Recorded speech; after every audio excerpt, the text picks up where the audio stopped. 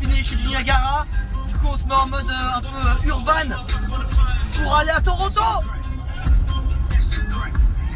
C'est génial, sur l'autoroute on est sur une voie qui est réservée aux gens qui ont plus de minimum 2 personnes dans leur voiture. Ce qui fait que c'est une voie rapide, tu peux griller potentiellement tout le monde qui a des bouchons. Donc quand tu viens en vacances et que tu loues une voiture et que t'es avec des potes, pense à regarder s'il y a cette voie là. Ça t'évitera de poireauter quand il y a des embouteillages.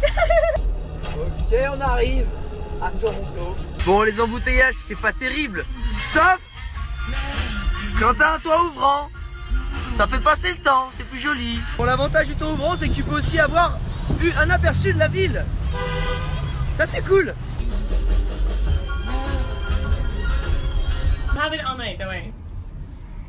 Ce soir, j'ai la chance de dîner dans un resto tout en haut de la tour de Toronto à 340 mètres. Mais en fait, ce qui est dingue avec ce resto, c'est qu'il tourne sur lui-même pendant que tu dînes. Et en gros, en 1 heure, t'as fait un tour entier. Stylé quand même. Voilà, là on est en train de tourner. Début de ma journée à Toronto. Et c'est vrai que c'est réputé pour être la petite New York du Canada. Et ça commence bien, il y a des petits trucs assez stylés déjà. Pas mal déjà cette petite déco de bâtiment, d'une voiture avec le roue qui tourne, normal. Alors tu sens quand même c'est une ville assez stylée quand même. Une boutique de vinyle, bon Joe a choisi les Village People. Et un magasin de condoms. Un truc qui a l'air très très cool, c'est qu'il y a des petites îles bien sympas, mais juste en face de Toronto. Quand je dis juste en face, c'est vraiment genre à 5-10 minutes de ferry. Regarde le petit ferry, hop on est là, et on va aller là. J'aime bien Joe parce qu'il a une âme d'enfant. Il se met à la rambarde comme ça en attendant que voilà, le bateau navigue sur les flots.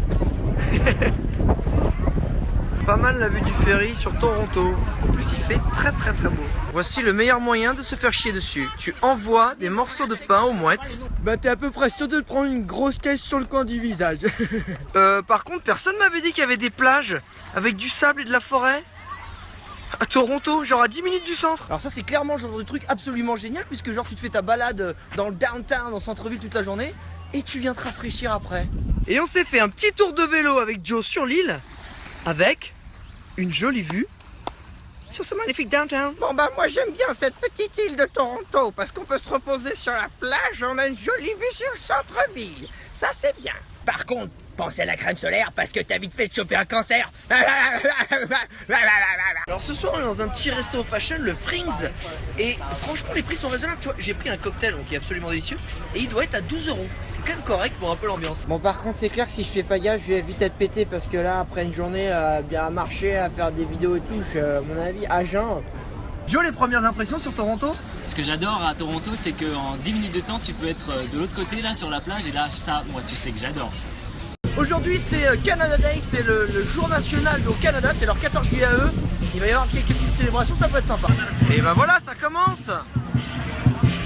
Et il y en a encore. Ah oui, il y en a tout là-bas. Oh oh. C'est beau à voir tous ces sourires, toutes ces dames en plus qui sont contentes de porter leur couleur et leur culture, magnifique. Bon avec Joe, on va voir un match de baseball, les Blue Jays de Toronto. Et avant, passage obligé, on prend un hot dog à l'américaine un petit peu. Alors mon pote Joe c'est quand même un mec cool parce qu'il veut ramener une casquette des Blue Jays à un fan, à un jeune qui est fan de baseball. Et là je crois qu'il a de quoi faire. Il y a de quoi faire. Et là on va arriver dans le stade. Joe est surmotivé. Wow. Bon je vous laisse regarder le monde qu'il y a, c'est la folie. En plus c'est un jour férié. Mais le plus fou, c'est que le stade est couvert. Ils ont un toit qui s'ouvre et qui se ferme. L'ambiance elle est vraiment sympa. Le décor est juste dingue. Le match il est cool. Bon, même si je comprends pas trop les règles. Et surtout la place elle est à seulement 22 €. Donc c'est super accessible. Oh non. Oh là là. Joe il a le don de se retrouver en très bonne compagnie pendant les matchs. Hi guys. Oh là là. Ce qui est bien c'est que les Canadiens ils sont vraiment tous cool. Même les policiers. Hein les gars. Ouais. Oh là là, on est bien au Canada, oui. Et là, on prend le bateau pour aller voir le feu d'artifice de Canada Day depuis la mer. Je sens qu'on va avoir une sacrée vue du feu d'artifice là. Ah, ça commence à péter un petit peu là. Ça c'est grâce à mon pote Alexei. Le plus dingue c'est qu'on est vraiment mais juste en face du centre-ville quoi. Genre on est entre les deux. Ce matin on va se faire une petite découverte de la ville mais sur un mode design. Et là on est sur un rooftop, ça commence très bien. Et je pense que notre pote Betty Anne va nous montrer plein de trucs. Et en fait il y a plein de cafés qui sont tous un peu design. Là c'est un café de style argentin avec des artistes argentins. C'est assez stylé. Et évidemment dans un quartier design il y a aussi du street art. Et là je me régale. Il y en a quelques-uns vraiment sympas. Et en fait j'ai un pote Betty Anne qui vient de se rendre compte, alors que c'est pourtant une guide qui connaît parfaitement le quartier, que ça il y en a un nouveau. Waouh, celui-là il est en bon. Je suis dans le quartier design et regarde le look des vendeurs de ce quartier. Stylé.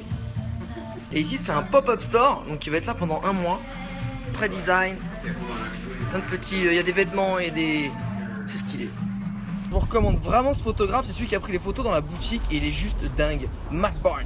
Bon, apparemment, il y en a un ici qui a pris des petits produits avant de peindre. Mais le mieux, c'est celui-là, mon pote Jimi Hendrix. Celui-là, il est vraiment dingue, que ce soit en termes de couleur, en termes de design par rapport à ce qu'on voit d'habitude. Et ça, c'est l'artiste qui a peint la fresque. Allez checker son travail, il est assez dingue, le gars, quand même. Et c'est un mec de Toronto qui a fait très très stylé. Avec des Harley Davidson et il y a même des gros motards comme dans Sons of Anarchy. Non mais il est quand même méga cool ce bar, il y a des Harley de partout. Purée d'ambiance, super design. Pour te montrer que c'est un vrai bar de motards, il y a des vrais motards. Oh les gars, j'arrive pas à retrouver Joe depuis tout à l'heure, je sais pas où il est là. Le mec il parle au petit chopper. Oh ah mais en fait le mec il essaie une Harley Davidson quoi. Eh t'envole pas Joe. Oh alors Joe? C'est complètement ouf, ça fait un bruit de dingue et tu sens la bécane, tu vois, elle est puissante. Bon, j'adore vraiment le quartier de l'art et du design. Regarde-moi ça, terrasse de dingue et ensuite une petite brasserie artisanale. Et je viens de perdre Joe pendant la pause déjeuner qui vient de sombrer lamentablement sur la table du resto. Bon là on vient de manger en terrasse dans un super resto mexicain de Catherine. En fait j'avais pas vu l'intérieur qui est complètement malade en termes de déco. Regarde-moi ça. Regarde-moi cette déco de fou furieux. C'est juste trop stylé. Dans le quartier de la distillerie. Bah, je veux dire que moi ça me donne envie de m'en coller une sacrée quand je suis dans ce genre d'endroit. Un petit tour de Segway et là Joe il est en train d'avoir les instructions. Et en plus il a choisi le meilleur casque du monde, Angry Bird. Mais je pense que j'ai le deuxième plus beau casque du monde.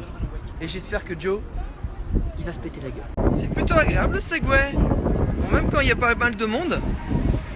Mais au moins quand t'as un casque comme ça, personne t'embête et tout le monde te laisse passer parce que t'as le style le plus cool du monde. C'est un espèce de Pikachu que j'ai sur la tête, c'est bien ça. À Joe lui, il y a un petit moteur et deux roues, c'est parti, c'est le plus heureux des hommes.